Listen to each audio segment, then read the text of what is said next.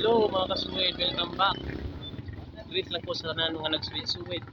So karon, dadin ta sa Aho, Lapu-Lapu, Cebu. So kung gusto mo og mga courses na shortcut nga dili na moagi og 4 years or 2 years, mao dinhi ang High Skill Technical Training Center Incorporated. So makita ninyo mga kasuwid nga na ang mga klase-klase nga mga estudyante dire. So ato ning sulod mga kasuwid kay nindot ni sulod atong tan-awon kung unsa ang ilang gipang offer nga courses. So mao ni ang entrance diri sa High Skill Technical Skills Training Center mga kasuwid.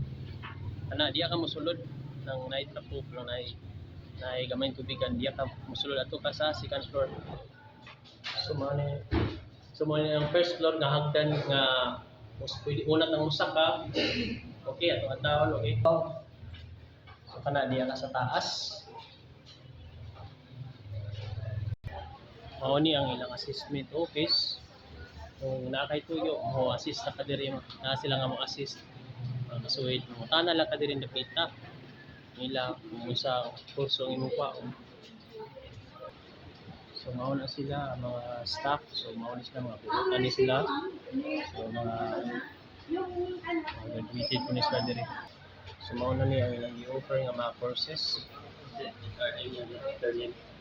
So High Skill Technical Training Center. Mabasa lang yung mga kasubigan.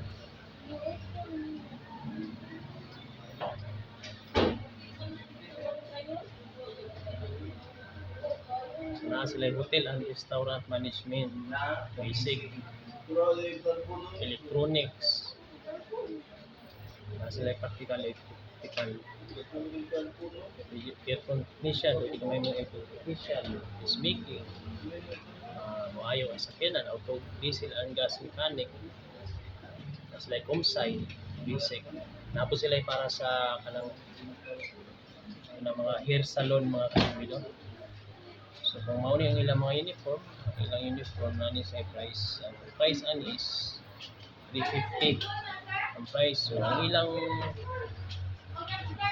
ilang per session is 180 pesos.